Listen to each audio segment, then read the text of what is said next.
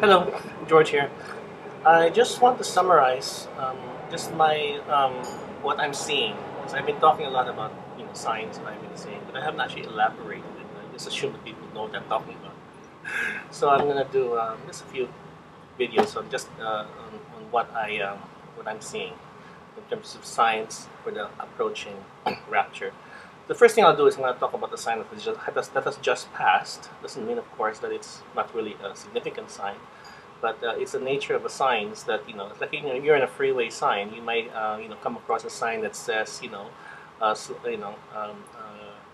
your ramp approaching. So this is like a ramp approaching. So there were two signs that occurred in recently. The first sign is an unusual one. It's on November 11, 2011, just a few days ago, when all the planets were involved in a presentation of the Gospel of Jesus Christ.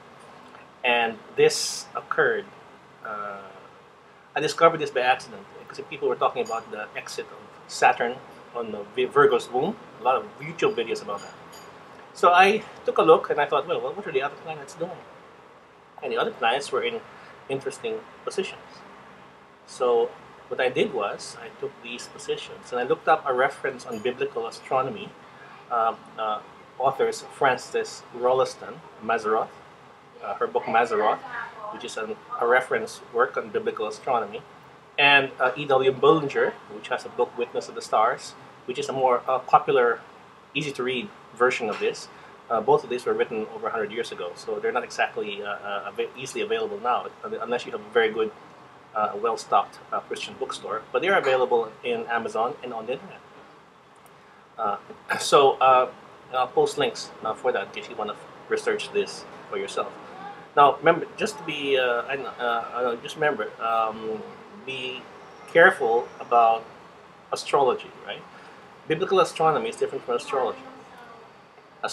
What has happened is that the biblical astronomy uses the ancient names of the stars in order in order of magnitude, to derive the overall meaning of the picture of the constellation, and the constellation then meaning, and the stars interpretation, or their names, have to be cross-referenced to the Bible just to check that your interpretation is correct. So when people who were astronomers were doing this, were Christians that were studying this in, I think, 18th, 19th centuries, they discovered that the constellation seems to be giving biblical messages. And so there's a whole, I won't go into the details of that, but that's different from astrology, because what happened was that the meanings of the signs were corrupted by the Babylonians during the time of, I think some say during the time of Nimrod, and they were given mythological meanings and were used for divination. So you're not supposed to use stars as a way of divining things. Well, the stars don't predict the future. What they do is that they preach the they're like giving sermons, and that's like a never-ending sermon. Although sometimes the stars need some time to prepare the next sermon because they move into position. So basically, they proclaim the glory of God, as it says in Psalms. That's what they do, and people think that that means they just think they're looking pretty. No, they actually do more than that. Okay.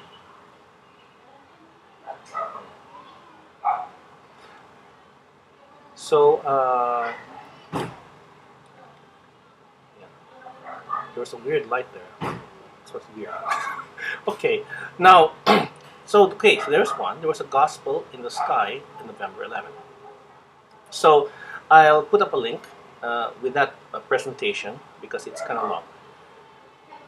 Then the second witness was the hyperbolic comet Elenin.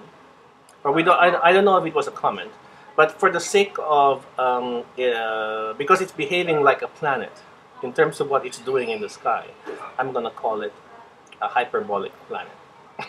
In terms that it's a planet that has entered our solar system in a certain trajectory, but it's only going to enter it once, and once it leaves, it's not coming back. So in a sense, this is marking a unique period in time. So Elenin, well, of course, was approaching. What I've done was I've traced. I saw a video which showed the path of the planet Elenin across the sky between Rosh Hashanah and November 11th, more or less. And I thought, that was interesting. It seems to be giving a gospel message, actually pre-trib, actually. But I traced, so I got a planetarium software called Stellarium, and I just traced its path from the beginning of creation, 4004 BC, to as far in the future as possible, and it gives additional messages, which is also interesting. And again, I'll post the link up. Okay, so what I have here now is something strange. That there were the usual cast of characters, which was the planets giving a gospel message, and a once in a lifetime, once in the end, well, once only. It's going to come back. Just a guest planet that comes in and out, and it's never seen again, giving another gospel message. And which just happened a few days ago. Of course, the Elenin took a bit longer to say what it had to say. It took from September 29, I think, all the way to November 11, and the rest of the stars sort of like just in sync, declaring something November 11. So it's like you're driving on a freeway and it says, sign. Science came back, so there must be something approaching. So that is...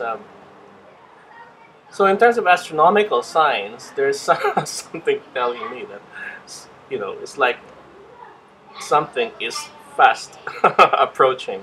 And those signs are not going to come back.